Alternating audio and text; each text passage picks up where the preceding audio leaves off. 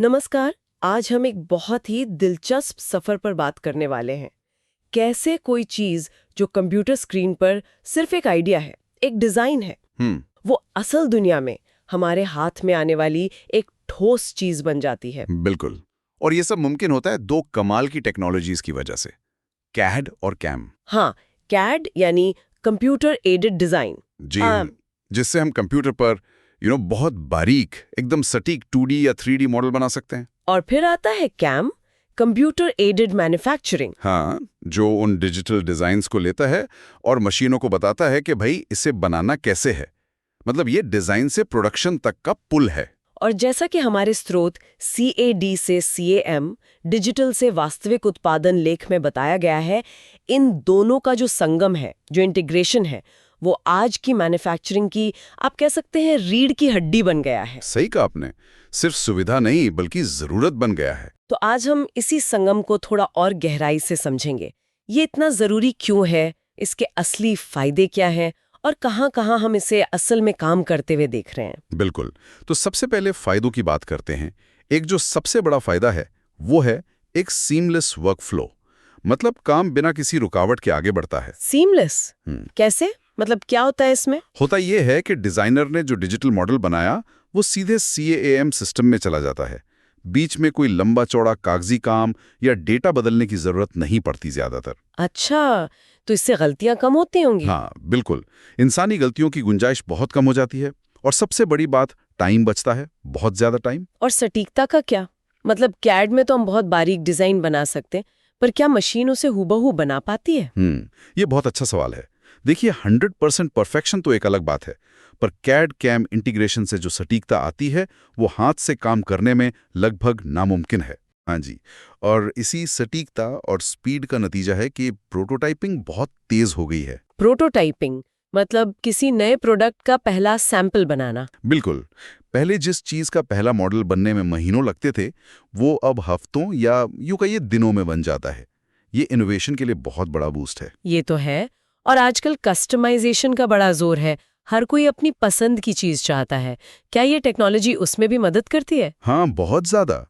क्योंकि design digital है तो उसमें छोटे मोटे बदलाव करना काफी आसान है।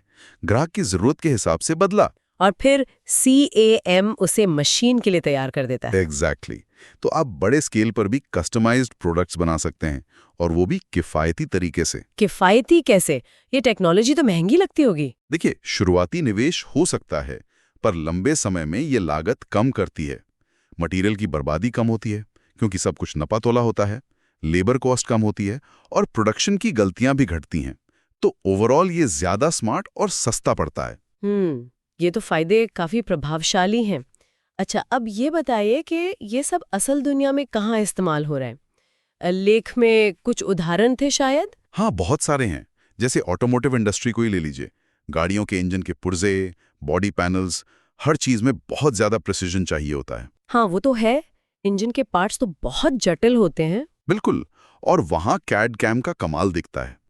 फिर एरोस्पेस है, हवाई जहाज के पुर्जे। सोचिए कितने हल्के लेकिन मजबूत होने चाहिए। और उनके आकार भी अजीब होते होंगे। हाँ, बहुत जटिल आकार, और वहां मटेरियल भी खास होते हैं। कैड कैम इन सब चीजों को हैंडल कर सकता है। अच्छा, और हेल्थ केयर में? लेख में उसका भी जिक्र था। जी हाँ, ये बहुत ही महत्वपूर्ण है। जैसे किसी मरीज के लिए खास तौर पर बनाया गया इम्प्लांट, मान लीजिए घुटने का या कूल्हे का, या फिर कोई प्रोस्थेटिक यानी नकली हाथ या पैर। मतलब हर मरीज के नाप का? बिल्कुल, ये एकदम पर्सनलाइज्ड होता है। इससे ना सिर्फ फिटिंग बेहतर होती है, बल्कि मरीज की क्वालिटी ऑफ लाइफ में जबरदस्त सुधार आता है। ये तो वाकई कमाल है। जैसे दर्जी सूट सिलता है, वैसे मेडिकल इम्प्लांट्स। अच्छा, और हमारी रोजमर्रा की चीजों में, मतलब कंज्यूमर गुड्स में? वहां भी इसका खूब इस्तेमाल है, खासकर नए प्रोडक्ट्स को जल्दी से बाजार में लाने के लिए।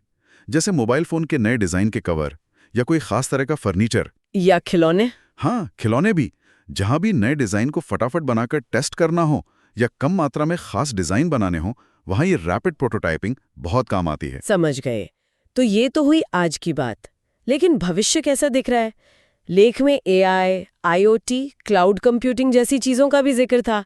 ये सब मिलके क्या करेंगे? हाँ, और यहीं से चीजें और भी ज्यादा रोमांचक हो जाती हैं।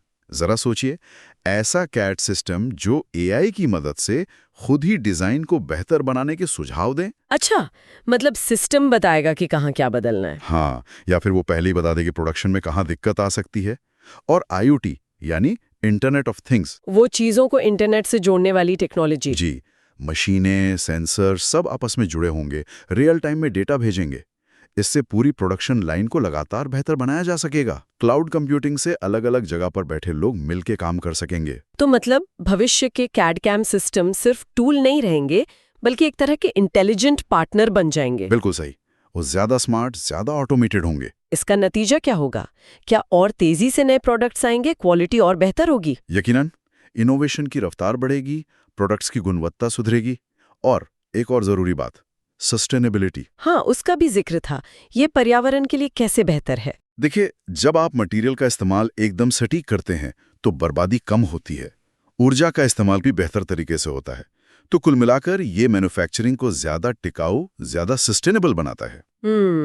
तो अगर हम पूरी बात को समेटें तो कैड वो डिजिटल सपना बुनता है, कैम उसे हकीकत बनाता है। हाँ, और इन दोनों का मिलना हमें सटीकता, स्पीड, अपनी मर्जी की डिजाइन बनाने की आजादी और कम लागत जैसे फायदे देता है। बिल्कुल। ऑटोमोटिव, एरोस्पेस, हेल्थ केयर से लेकर हमारी रोज की चीजों तक ये डिजिटल धागा हर जगह जुड़ा हुआ है। और ये धागा लगातार मजबूत और इंटेलिजेंट होता जा रहा है। सही कहा। तो आखिर में ये सवाल मन में आता है, जब AI और IoT जैसी टेक्नोलॉजी पूरी तरह से इस कैड कैम की दुनिया में रच बस जाएंगी, तो वो कौन सी बिल्कुल नई चीजें या बनाने के तरीके होंगे जिनकी शायद आज हम कल्पना भी नहीं कर पा रहे। सोचने वाली बात है।